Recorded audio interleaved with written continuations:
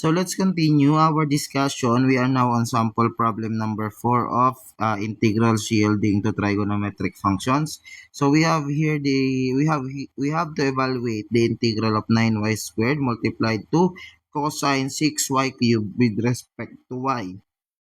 Again, this is a product. So kailangan muna natin ulit ng manipulation, matinding manipulation. Pero we can remove yung 9, ilabas na natin yung 9 para ang imamanipulate na lang natin ay yung y squared cosine 6y cubed dy. Okay, pag ganito yung scenario, meron kang isang algebraic ito, na algebraic function lang siya, tapos meron kang isang trigonometric function. Ang ile-let you mo muna ay i-try mo muna i-let you yung trigonometric function. Yun yung priority natin. So in this case, since algebraic ito, kapag sinabi natin algebraic, yan yung mga x in terms of x and y, tapos ang operation lang ay addition, subtraction, multiplication, division, o tsaka roots or power. Sila yung mga algebraic. Ito naman ay trigonometric. So kung ganito, again, priority natin yung ating trigonometric. So mag-let you tayo. Pero ang ile-let you ko ay hindi nakapasok yung trigonometric. Ang ile-let you lang natin ay yung 6y cubed. In this case, our du becomes 18y squared dy. So as you can see, makakancel na natin yung y squared kasi yung dy is du over 18y squared. Okay? So let's substitute the values of u. We have 9 integral, nandyan pa rin si y squared, cosine, yung 6y cubed, magiging u na lang siya. And yung ating dy, mapapalitan na ng du over 18y squared. So, cancel na yung y squared. Yung 18, pwede natin itong i-cancel. Magiging 2 na lang siya. Tapos, ilabas na natin. So, magiging 1/2 na lang ng integral ng cosine u du. Ayun, napakasimple na lang nung ating kailangang i-integrate. So, this becomes 1/2.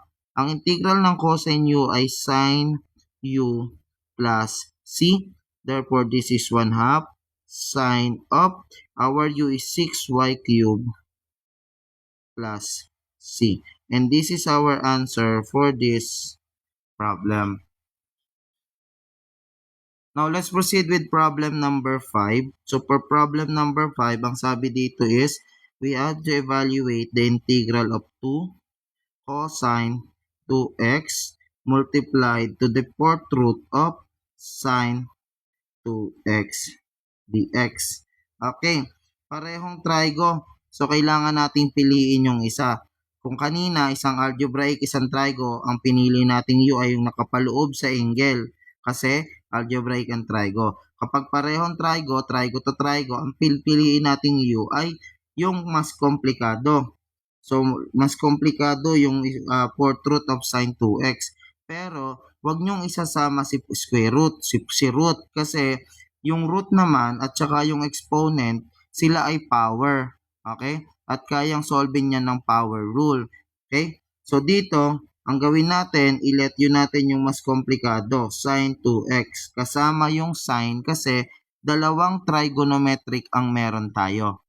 Okay? Kasama yung function. So, our du will be cosine, will be 2 cosine 2x dx. Okay? So, yan yung magiging answers, du natin for this one. So, substitute natin. So, we have now the integral of 2 cosine 2x multiplied by the 4th root of sine 2x is u. And our du is, di ko pala na-solve natin yung dx. So, dx is du over 2 cosine 2x. So, our du over 2 cosine 2x. So, cancel na natin yung cosine 2x. Yung 2, pati yung 2. Wala na rin. So, ang may iwan na lang sa atin ay integral ng 4th root of u du. So, again, yung square root, hindi natin dapat katakutan kasi power lang sila. Kaya natin yung solven using the power rule. Pagka kinonvert na natin siya into a power form. So dito, power formula na lang, we have u raised to 1/4 plus 1 over 1/4 plus 1 plus c. So this is u raised to 5 over 4 over 5 over 4 plus c, or that is 4 over 5 ng u raised to 5 over 4 plus c, which will give us, substitute natin yung value ng u. Our u is sine 2x. So this becomes sine 2x raised to 5 over 4. 5 over 4 plus c. Okay? And that is our answer for this problem. So, hindi natin dapat katakutan yung ating mga radicals or square root kasi sila lang ay simpleng power. Okay? Now, kung mapapansin ninyo yung nangyayari pagka nagle-LETU tayo, kapag may algebraic multiplied sa isang trigonometric, ang LETU natin dapat siya ay algebraic. Okay? So, dito in this case, ang niletyo natin ay yung 6y cube, algebraic yan. Or ang letyo natin is yung, we can say na yan yung angle sa loob ng trigo. Okay? Kapag ka ang combination ng algebraic at trigo. Kapag ka trigo to trigo yung ating problem, ito yung medyo mahirap kasi ang priority natin sa letyo ay yung mas complicated. Again, same pa rin yung goal natin. Ang goal pa rin natin sa dalawa, maging simplified yung ating integrand and maging isang variable lang through cancellation. Kailangan makancel natin yung isang equation or isang function rather. Okay? Ito ay observation, siguro priorities kapag tayo ay magsasagot. I-prioritize lang natin yung angle sa loob kapag meron tayong algebraic times trigo. Kapag trigo to trigo, piliin natin yung mas komplikado. Okay? So let's proceed with sample problem number 6.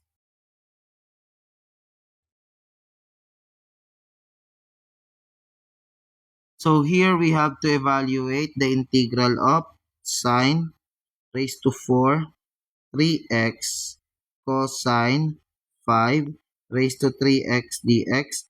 Actually, we should skip this one kasi I will have a separate discussion dito. But anyway, andito na rin naman tayo. So, pasadahan ko na nga rin. I-skip ko na lang is itong dalawang ito kasi may separate discussion tayo talaga po dyan. Naka-separate topic sila. Okay? So, dito muna tayo. Pasadahan na lang natin si 6. Andito na rin. So, dito meron tayong trigo to trigo. Okay? So, kailangan natin ng technique dito. Kasi, hindi ka basta-basta mag-LETU. Kasi kapag nag-LETU ka, let's say, ang LETU mo, sir, cosine 3x ang LETU ko. So, ang DU ko po ay negative 3 sin 3x dx po. Okay? Ang daming sign nito, 4 na beses siyang nag-sin. Ito 5 beses nag-cosine. So, hindi pwede. Ang technique, kapag meron kang sine, product ng sine and cosine, ang gagawin natin is convert lang natin into one trigo functions. So, again, convert to one trigo function. Kung cosine yung gusto mong gamitin, cosine. Kung sine ang gusto mong gamitin, sine. Pero, leave one behind. Huwag mong i-convert lahat. Mag-iwan ka ng isa. Paano yung tinutukoy ni sir? Since dito, ang add natin ay 5, okay? Yan yung ating i-breakdown. So, i-breakdown natin the function with add power. Okay? So, i-breakdown natin yung function na may add power, which is yung cosine raised to 5 3x. Okay? So, i-breakdown natin yan. Magkakaroon tayo ng sine raised to 4 3x Then yung cosine raised to 5, gawin natin cosine squared 3x. Tapos gawa pa tayo ng isang cosine squared 3x. Tapos since dalawa pa lang ito, may isa pang maiiwan. Okay?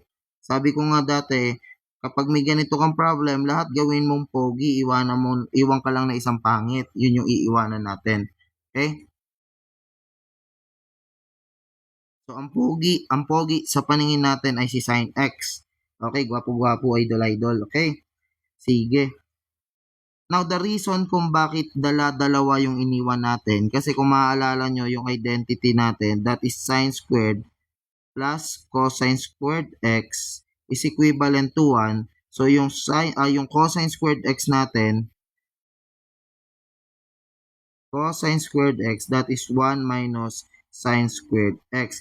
Yan yung reason kung bakit dalawa or squared yung ating pagbe-breakdown. Kasi para ma-convert yung sines to cosine, dapat sila ay naka-square. Hindi ka pwedeng mag-convert ng sine to cosine ng sine lang ang meron ka. Kailangan sine squared. Para ma-convert mo naman yung cosine to sine, kailangan meron kang cosine squared. Okay? So for this problem, lahat ng cosine squared papalitan natin ng sines. 1 minus sine squared. So hahaba ito. This will become sine raised to 4 multiplied by 3x. Okay? That is multiplied by yung cosine squared 3x magiging 1 minus sine squared 3x.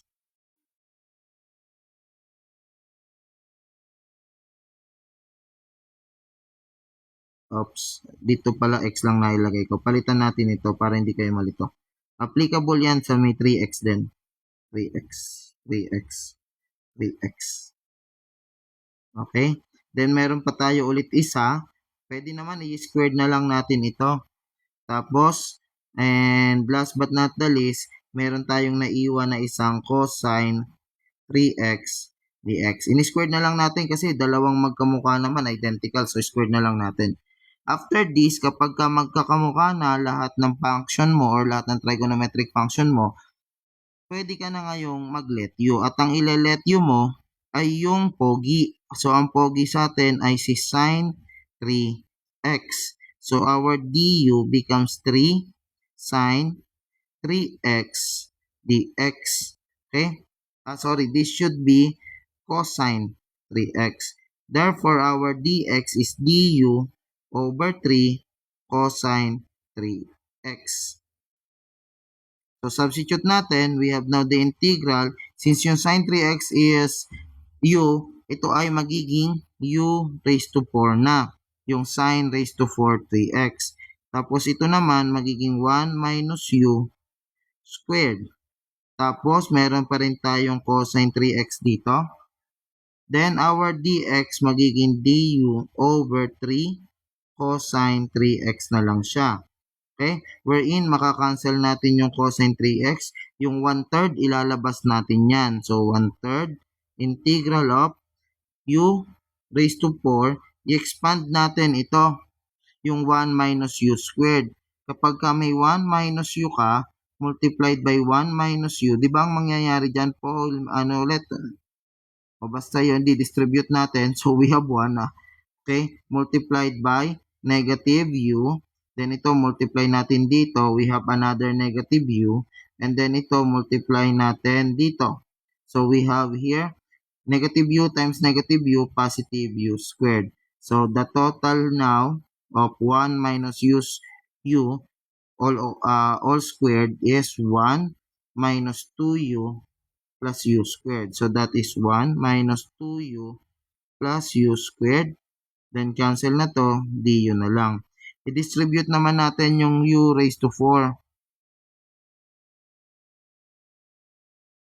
So yung u raised to 4 naman. So 1/3 integral ng u raised to 4 minus 2 u raised to 5. Pag dinistribute to dito, u raised to 4, magiging 2u raised to 5 plus ito pag minultiply natin dito, magiging u raised to 6 du. So in this case, sum and difference na lang tayo tapos power rule. So meron tayong 1/3 close parenthesis tayo. So yung u raised to 4 magiging u raised to 5 dagdag ng isa over 5. Ito naman magiging 2 yung raised to 5 magiging 6, madadagdagan na isa, divided by 6. Yung u raised to 7, magdadagdag ng isa, u raised to 7 over 7, and then plus c. Okay? So, multiply na natin si 1/3. So, magiging u raised to 5 over 15, magiging minus, ito pwede na lang maging 3 tas 1. U raised to 6 over 9, 3 times 3 is 9, plus u raised to 7 over 21 plus c. And then our u is sine 3x, substitute natin pabalik. So we have sine raised to 5 ng 3x over 15 minus sine raised to 5 ng 3x over 9 plus may sine raised to 7 tayo ng 3x over 21 plus c. And this is our answer for this very difficult problem. Actually, yung problem na to right now, it is part of the difficult kasi nasa simula pa lang. But kapag ka nagtatry ko na tayo talaga, hindi na siya magpo-fall under difficult, average na lang siya. So, that would be all for problem 6. See you on problem 7 and 8 and 9.